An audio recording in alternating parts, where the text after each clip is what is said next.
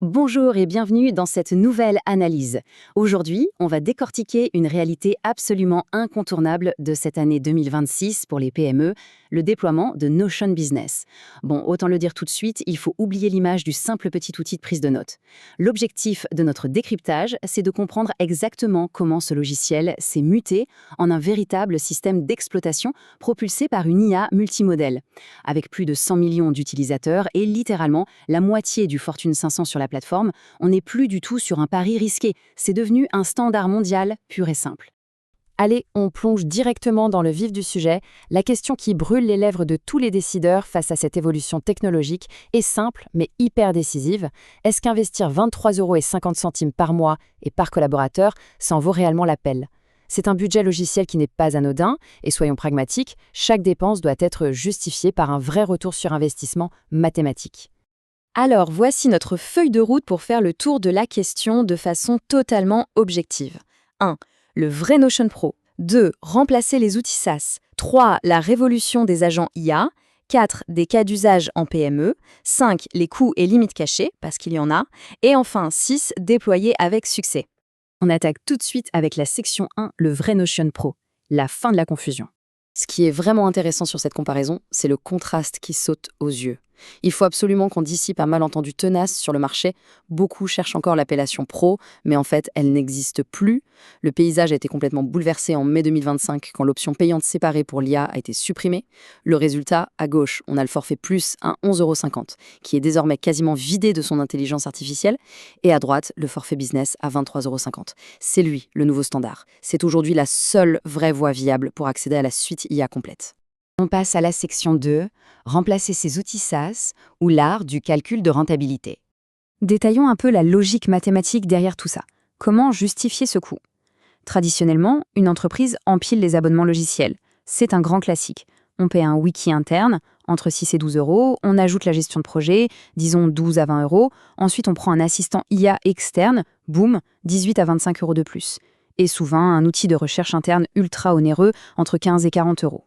Si on met tout ça bout à bout, on se retrouve très vite à payer pour 4 ou 5 outils différents qui, en plus, communiquent souvent assez mal entre eux et font exploser la facture globale. Et c'est là qu'arrive notre chiffre magique, 23,50 €. C'est le coût mensuel unique. Le calcul est franchement implacable. L'outil agit comme un système d'exploitation unifié. Dès l'instant où l'on remplace au moins 2 ou 3 des vieux outils qu'on vient de lister, l'abonnement devient instantanément rentable. Les économies sont directes dès la 3e licence active, sans même parler du temps fou gagné grâce à la centralisation. Section 3 maintenant. La révolution des agents IA, amenée par la fameuse version 3.3. Alors, cette mise à jour 2 février 2026, ça a été un vrai tremblement de terre. Ce n'est plus juste un espace de travail, c'est devenu un véritable hub d'intelligence artificielle.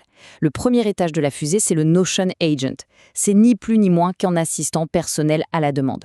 On ne se contente plus de lui poser des questions, on lui donne des ordres directs. On lui dit de construire une base de données avec des colonnes de priorité ou de générer des tâches à partir de notes de réunion et l'agent s'exécute de A à Z directement sous nos yeux. Mais le point absolument crucial, le vrai saut quantique de 2026, ce sont les Custom Agents, les agents sur mesure.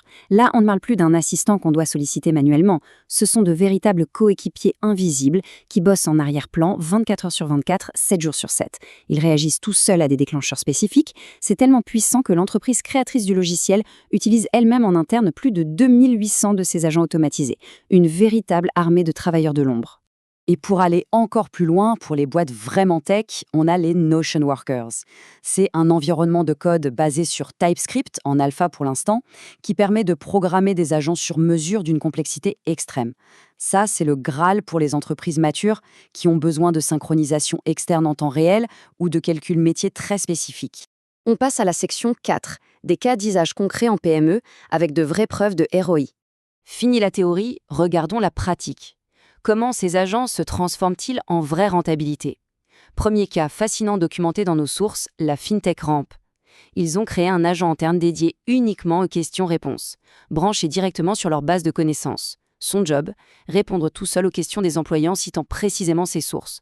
En l'espace de 2 semaines, cet agent a géré la bagatelle de 4000 questions internes. Et ça illustre brillamment l'impact opérationnel. 2000, c'est le nombre d'heures de travail humain qui ont été économisées en à peine 14 jours. C'est colossal. On élimine le travail répétitif et on redonne aux équipes un temps infini pour se concentrer sur des missions à très haute valeur ajoutée. Deuxième anecdote tout aussi bluffante, l'entreprise Remote. Ils ont mis sur pied un agent de tri pour leur support technique informatique. Ce petit assistant invisible récupère les demandes sur Slack ou par mail, les transforme en tickets, évalue l'urgence et route tout ça vers la bonne personne. Le résultat direct ? 20 heures de travail gagnées chaque semaine pour l'équipe support. L'efficacité est juste redoutable. Et ce graphique le prouve objectivement. 25%, soit un quart de tous les tickets informatiques, sont désormais résolus de A à Z par l'intelligence artificielle. Un quart de la charge de travail purement et simplement évaporée, gérée par la machine avec une précision impressionnante. Section 5, les coûts et limites cachées. Opération transparence totale. Parce qu'il faut être totalement impartial et digne de confiance, voici les 5 gros pièges à éviter absolument. 1. À l'échelle d'une grande équipe de 100 personnes, la facture annuelle approche les 28 000 €. Il faut un vrai usage pour justifier ça. 2. C'est du tout ou rien. Impossible d'activer l'IA pour une poignée de personnes seulement, c'est l'espace entier qui passe à la caisse. 3. Le gros danger de la conversion automatique, si on dépasse la limite de 250 invités externes, ils sont facturés au prix fort sans alerte claire. 4. Les limites de l'API sont identiques sur tous les plans, ça peut coincer pour les grosses intégrations. Et 5. Le fameux coût variable des agents sur mesure.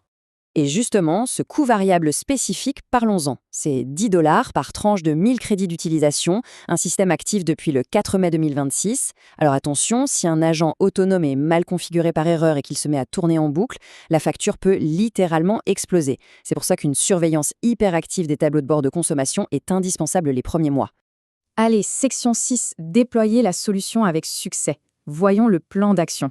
Comment on s'organise concrètement pour construire une vraie stratégie et ne pas tomber dans les pièges ? Voici la feuille de route optimale en 4 étapes. Étape 1. Foncez, vérifiez l'éligibilité à l'offre Startups. Ça peut offrir jusqu'à 6 mois gratuits sur le forfait business, soit potentiellement jusqu'à 12 000 € d'économie. Étape 2. Faites un audit d'architecture. Des services spécialisés, comme le studio Plateia, sont vitaux pour structurer l'espace de travail.